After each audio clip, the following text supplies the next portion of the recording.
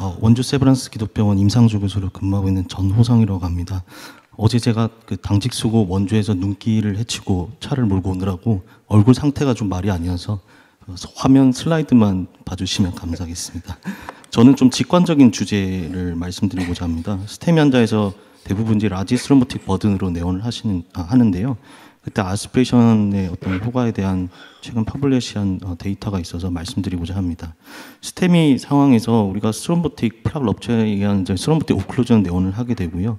이런 스롬보스를 모디피케이션 하지 않게 되면 스텐 말 어포지션이라든지 디스탈 엠볼라이제이션을 유발할 수가 있고 인팍 사이즈가 증가할 수 있고 이런 이제 문제들이 있습니다.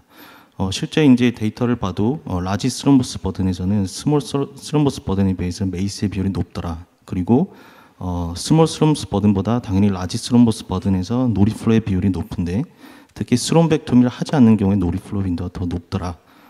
그리고 레지듀얼 스롬보스 버든이 높고 티미 플로가 떨어질수록 역시 노리플로의 위험이 높더라. 이런 데이터들이 있습니다. 대표적인 이제 연구가 타파스 트라이얼 2008년도 NEJM에 퍼블리시됐던 내용이 되겠고, 네덜란드 이제 싱글 센터 스터디로 1000명의 스테미 환자를 루틴 스로모스 아스피레이션 그룹과 컨벤셔널 PCR 그룹을 이제 비교를 했었고, 당시 이제 마이카달 블러시 그레이드 0 또는 1을 프라이머리 엔드 포인트로 봤고, 스로모스 아스피레이션 그룹에서 블러시 그레이드가 떨어져 있는 경우가 적었고요. 그 다음에 1년째 추적을 했을 때 카디악 데스나 논페이탈 리인팍에서도 컨벤셔널 PCI 그룹에 비해서 스로모스 아스피레이션 그룹이 더 낫더라. 이런 결과를 퍼블리시했습니다.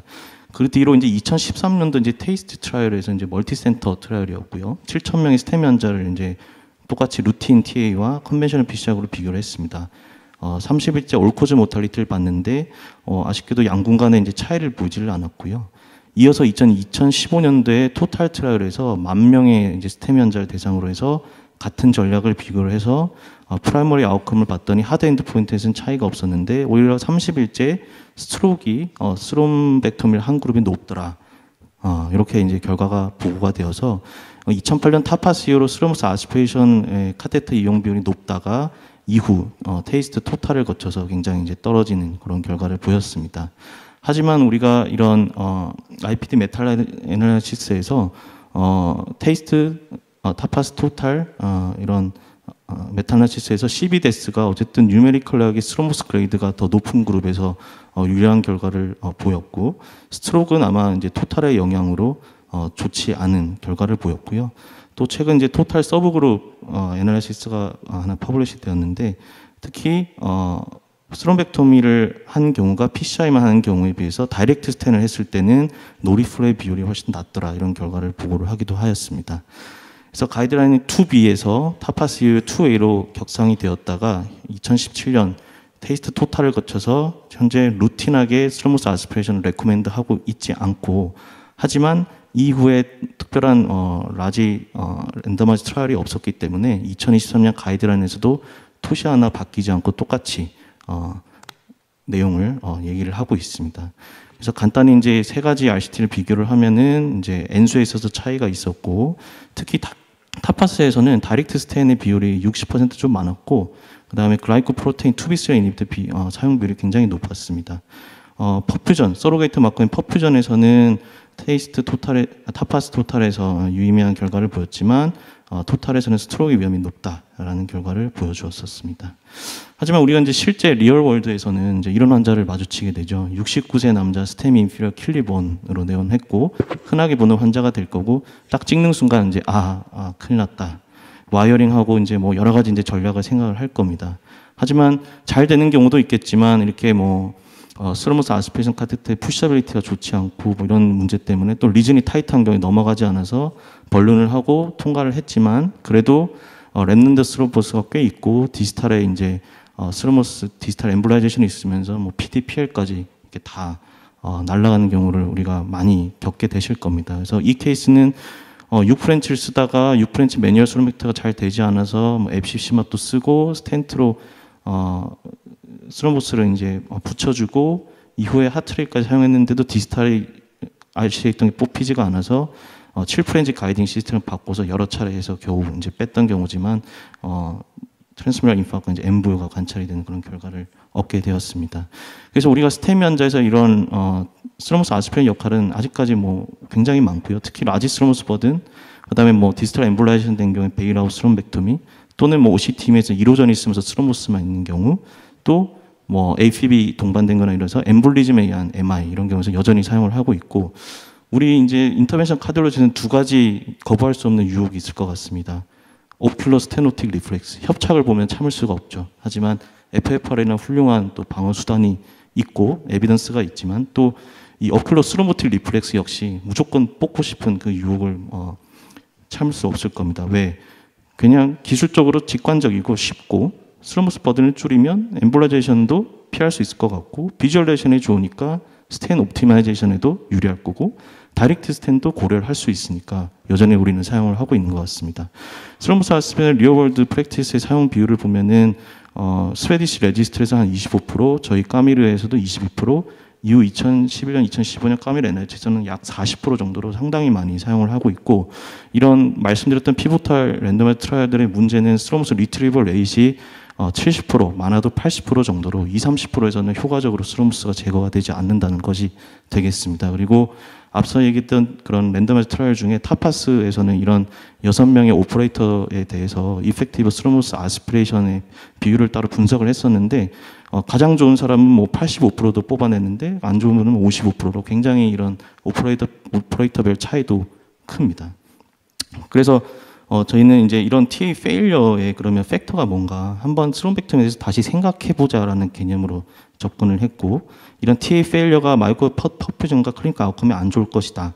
그리고 뭔가 이런 클리니컬 엔지오그래피 프릭터 있지 않을까, 우리 힌트를 얻지 않을 부분이 있지 않을까 이렇게 생각을 했고, 저희가 이제 1,800명의 스테미 환자를 대상으로 해서 라지 스로모스 버든, 스로모스 그레이드가 3 이상이면서 티미플로가 1 이하로 떨어진 심텀 온셋이 12시간 미만의 스테미 환자를 대상으로 해서 failed TA 그룹과 success TA 그룹은 이제 나눠서 후향적으로 분석을 했고, failed TA 그룹은 스로모스 메테리얼이 나오지 않고, 또는 여러 차례 아스피레이션 했는데 렘넌트 스로모스 그레이드가 2 이상, 또는 디스탈 엠볼라이제이션 된 경우로 정의를 했고, 스로모스 아스피레이션 성공한 거는 잘 뽑히고 렘넌트 스로모스 그레이드도 낮고 엠볼라이제이션 없는 경우로 정의를 했습니다. 나이는 페일드 TA 그룹이 좀 많았고, 토탈 이스케믹 타임에서는 양군 간의 차이가 없고, 그 외 데모그래픽 리스크 팩터에서도 큰 차이는 없었고, 킬리 클래스 3 좀 안 좋은 그룹이 페일드 TA도 많았고, 그 다음에 오히려 포턴트한 그런 P2Y12 이니비터는 페일드 TA 그룹에서 더 많이 사용을 하였고요.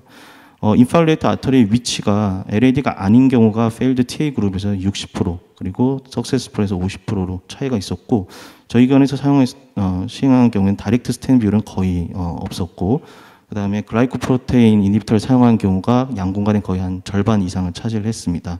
페일드 TA 그룹의 이제 정의에 따른 이제 비율을 봤을 때 스트로모스 리트리버리 되지 않는 경우가 28%인데, 전체 800명에서는 한 90% 정도가 스트로모스 리트리버리 됐었고요. 그 다음에 디스탈 엠볼라이제이션이 43%인데 전체 파퓰레이션은 15% 정도. 그러니까 앞선 그 랜덤화이즈 트라이얼도 한 15% 정도 디스탈 엠볼라이제이션을 얘기를 하는데 비슷한 결과를 보여주었고, 30일째 클리니컬 아웃컴에서 여러 가지 이런 퍼퓨전과 관련된 마커들이 다 페일드 TA에서 좋지 않았고, 마이크로바스큘라 옵스트럭션이나 인팍 사이즈가 페일드 TA에서 높았고, 또 30일째 올코즈 데스나 카디악 데스가 더 페일드 TA에서 높았습니다.